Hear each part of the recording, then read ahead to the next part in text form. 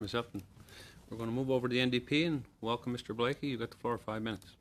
Thank you very much. I'm just going to circle back really quickly to Mr. Allison's question about the TPP enabling legislation. I think we heard quite clearly you're planning to table that before the end of the summer, but I didn't hear pass it before the end of the summer. So can I take that as a commitment that your government's not going to use time allocation before the end of the summer to pass the TPP enabling legislation?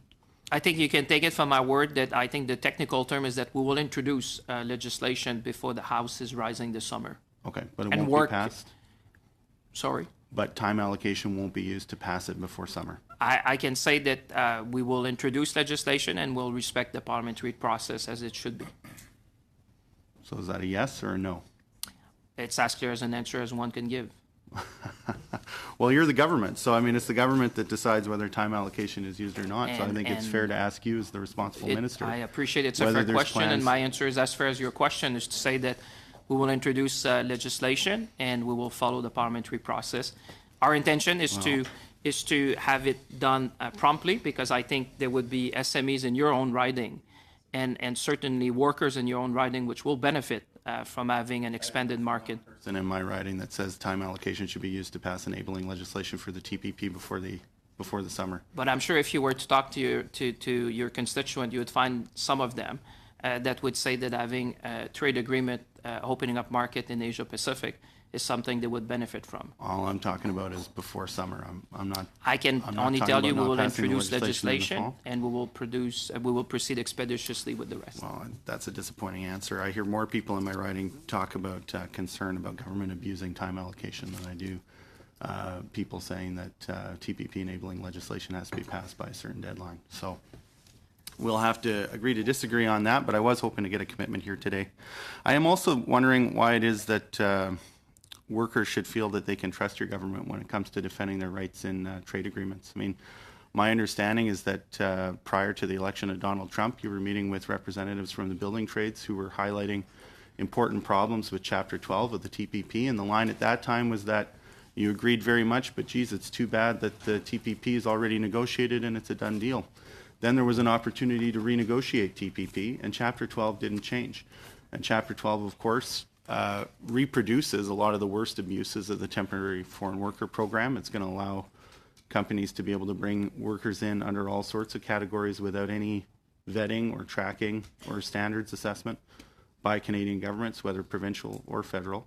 So I'm wondering why it is workers feel that they should trust you when you at one point or your government certainly were admitting the problems with Chapter 12 and then completely passed up the opportunity to do anything about it when the negotiations for CPTPP came around. Well, I think if you were to talk, and thank you for the question, I appreciate that, because labor is probably the group I meet most often with. And like I said, when we did Mercosur, the first thing, I was the first minister of a foreign government to meet with labor in that country in respect of a trade agreement. Same thing in Argentina. So I think if you were to talk, and I hosted the L7 in Ottawa. Be more focused on the results. I'll come to your question. And I can say with the Building Trade Association, I met with them and I even spoke at their conference. And what we're doing is actually taking on board what they wanted. What they wanted was stellar enforcement of the rules we have. We want labor mobility, but certainly we want to preserve the integrity of the labor market in Canada. We have agreed with them on the way forward. And we're looking with our civil service now how we can implement what we've been discussing. Yeah, but part of the problem is that wording isn't in the agreement. So the agreement is very explicit that Canadian governments won't require any kind of standards qualification. Well, I would challenge you on that, and I'll refer you to the text. The text is very clear that people who come in this country would have to pay the same rates of laborers we have, need to come with experience. They need to be specialized skills.